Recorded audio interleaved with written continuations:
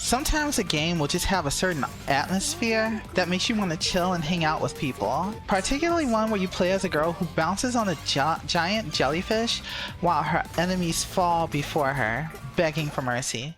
But does this look like the face of mercy to you?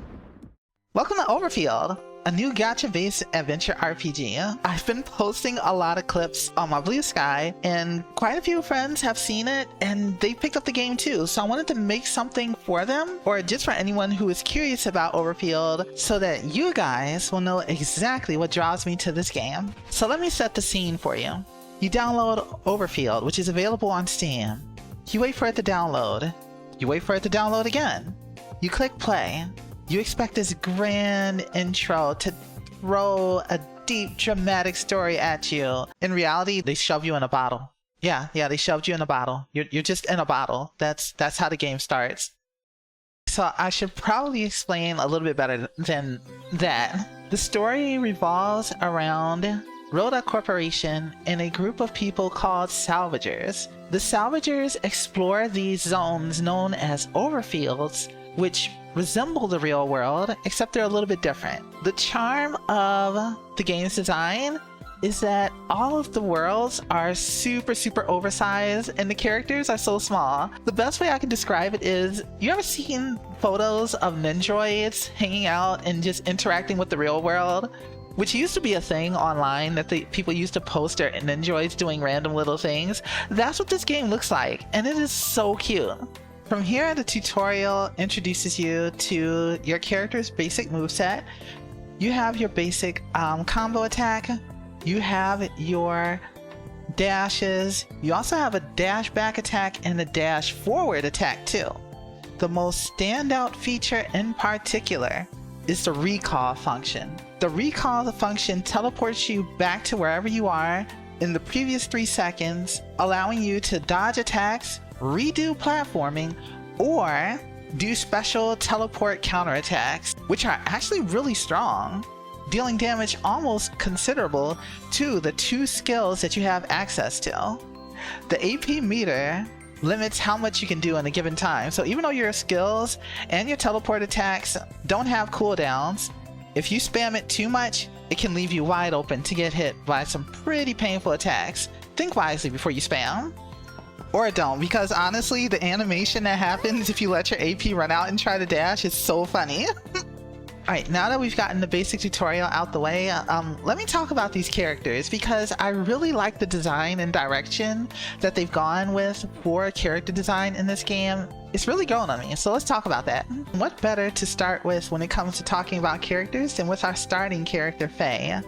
And we're already off to a great start because she is adorable. The fun thing about her design is, even though she has a very formal appearance and is very polite, there's also a playful element to her design too. And in the description, it says that she likes to draw doodles on certain research papers, of course as long as it's harmless to do so. So she's a simple but very likable character. Her skills look really fun too. Her first skill literally just smacks people with a giant rolled up piece of paper, which is hilarious. And her secondary skill is falling on people with a bunch of books. And after you smash enemies with the books just kind of sit there for a while. And her ultimate involves summoning a drone that drops random objects on her opponents. And I still use her in my team even now, even though I have like multiple 5 stars. Speaking of which, I'm going to talk about those next. So yes, I'll address the whale in the room. This is a gacha game.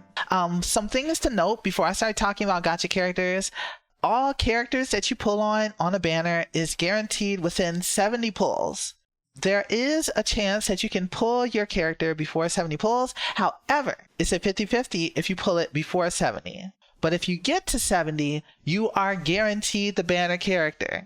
So if you have the hard pity, there is no, ooh, is it a 50-50? Am I going to have to do 70 pulls and 140 pulls? No, you get that character in the 70 pulls for every limited banner, and it does transfer across multiple banners if you don't hit hard pity on one banner going to the next. Actually, every character that I went for, I was able to successfully pull. And I would like to show you some of the characters that I like the most in this game, some of which are 4 stars. The first 5-star of the game, limited SSR that I pulled was Aurele. Her description is very painfully relatable because this girl, she daydreams about her own stories and comics and being the main character of a story. And just that little like description of her already has my attention, right? And then you look at her design and she is so pretty. Not just the pretty outfit that she wears, she also has in the background the little manga pages that she's drawn herself about her being a manga protagonist. I love the color scheme. I love the pastel. I love the art here too. It's actually some really nice art. I love it. And going into her moveset is pretty fun actually. Her first skill, she starts drawing on her manga book while riding on the jellyfish, and every time you hit the jump button, she attacks and shoots out waves that damages enemies around her. She also has a secondary skill where she summons the jellyfish from her books, and they shoot out and attack enemies for you. And as if that wasn't cute enough, she has an ultimate too, where she summons a giant jellyfish. You actively have to jump on it in order to activate it. It damages everything in a huge AoE, and not only that, your party members can jump on it too. I love this skill. I love spamming it in town because when you use it in town or in like social areas, other players can jump on it for fun, and it's so common that other people would just join in and start bouncing on it too. Keep an eye out for her rerun because she is a really fun character. Next up, let me introduce you to an absolute gamer. Her name is Cheng C.C, otherwise known as C.C. Yeah, that's literally her full name. It shows it right here, Cheng C.C. So check out this gamer girl with legally distinct Monster Energy drink attached to her belt. And then you also have the little wasp belt buckle attached to her hip and the enter key, which you can't see in the art, but it is in her actual in-game model, which I'll show in just a second. But like, yeah, take a good look. She's got the little enter key on the side. It's really cute. The little bow, it almost looks like a bow. And on the top here is what looks like little bat ears. She's also the only character that's constantly on roller skates, and they emit lighting on her heels whenever she goes skating. So what's her moveset like? Well, better than me falling while recording this. All of CC's skills are weather-based, so she can like project the weather around her. And her first skill makes a aura based on whatever weather she predicts. Sunny weather for an attack boost, icy snowy weather for AP recharging, and thunderstorms for increased break damage, as well as critical hit rate. Her second skill is basically an elemental Molotov cocktail that changes based on the element of that field. But for her, the gaming really starts when she activates that ultimate. She actually uses her legally distinct Nintendo Switch to aim a lightning bolt and target other enemies while showing off her system at the end of the skill. So there's a lot more that could be said about the characters, but I wanted to show just a couple of my favorites that I've pulled since I started this game. And I'm going to show just a few more characters here too, so that way you guys can see the point that I'm going to make about the character designs.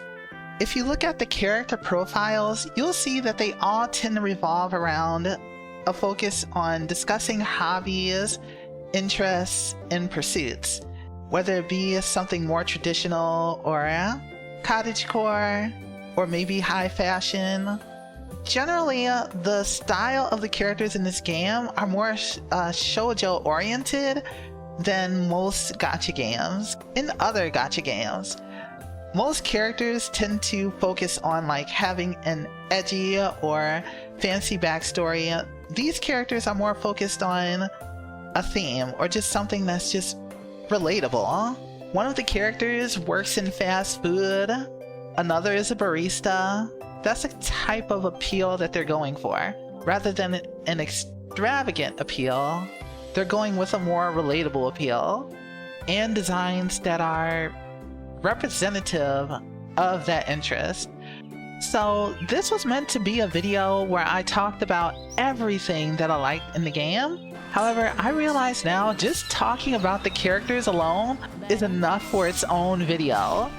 If you guys are interested in me doing another one of these videos so that way I can talk about the customization, you might have noticed that the characters that I had a different color scheme from what was in the art. That was intentional. There's a whole customization system to talk about here as well as an imprint system and lots more lovely art. If you guys enjoyed this video showing off the characters and the characters that I like the most and would like to see more, feel free to hit like and subscribe. And if there is enough interest from people, I may do another video to show off the characters, to show off the customization and the town building and other aspects of the game that really stick out to me, because I feel like there's not a lot of other gacha games doing exactly what this one is doing. So I want to thank you guys so much for just taking the time to let me rant about the characters. I appreciate you. Have a great rest of your day. Take care.